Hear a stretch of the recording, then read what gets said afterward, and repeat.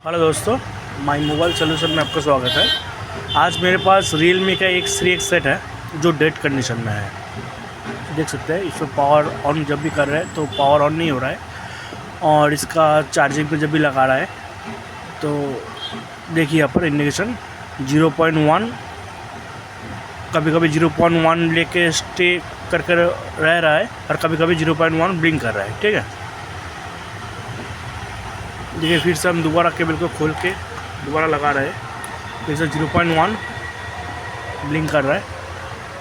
तो आज हम इस सेट का बिना CPU रिबॉलिंग करे सेट को ऑन करने का ट्राई करेंगे। चलिए आज देखते हैं कि बिना CPU रिबॉलिंग किए ये सेट ऑन होता है कि नहीं होता है।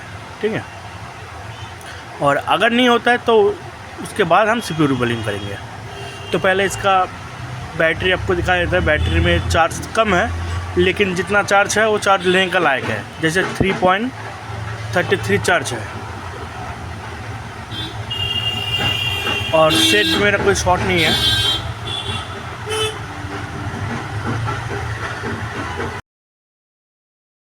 पहले तो कैमरा प्रोडक्शन लगा के सेफली कैमरा को निकाल लेते हैं और मदरबोर्ड को निकाल लेते हैं। वीडियो को दोस्तों थोड़ा फास्ट फॉरवर्ड कर दिए, क्योंकि वीडियो थोड़ा लंबा बन जाता है, तो थोड़ा लंबा ज़्यादा हो जाता है तो आप लोग देखते नहीं हैं। तो वीडियो को थोड़ा फास्ट फॉरवर्ड कर दिया कभी कभी, और जिस जगह ज़रूरत है उस जगह फास्ट फॉरवर्ड नहीं किया है। देख सकते हैं बोर्ड तो काम किया गया है, फ्रेश ही है, इसका पत्ती वगैरह निकाला गया है पहले, और हो सकता है कि हीट करके इसको ऑन कर दिया गया था। तो ये सब सेट हम बता दें, पेस्टिंग CPU रहता है, और ये सब सेट में अगर हीट करके आप लोग ऑन करके देते हैं तो 1 या 2 दिन चलेगा, उसके बाद फिर सेट जो है डेड हो जाएगा। देख सकते हैं सेट रिबॉलिंग नहीं किया गया है, इसका सिर्फ ग्लू कटिंग करके छोड़ दिया। शायद ग्लू कटिंग करने के बाद शायद चेक किया कि ऑन हो गया, बस छोड़ दिया। क्योंकि ये सब सेट में थोड़ा CPU हीट करने से कभी कभी ऑन हो जाता है।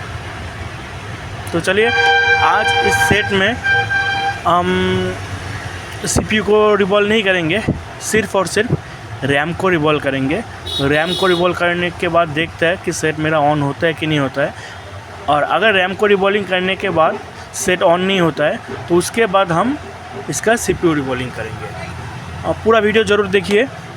हम इस वीडियो में स्टेप बाय स्टेप बताए कैसे रैम को निकाला जाता है और कितना हीट करना पड़ता है, कितना हीट देना पड़ता है, और अगर रैम निकालने के बाद जो भी ग्लू ब्लैक पेस्टेड ग्लू रहता है, और इसका बहुत हार्ड रहता है दोस्तों, तो ब्लैक पेस्टेड ग्लू को कैसे रिमूव किया जाता है, पूरा स्टेप बाय स्टेप, कितने एम्पेयर यूज़ किए, आयरन कौन सा यूज़ कर रहे हैं, हम पूरा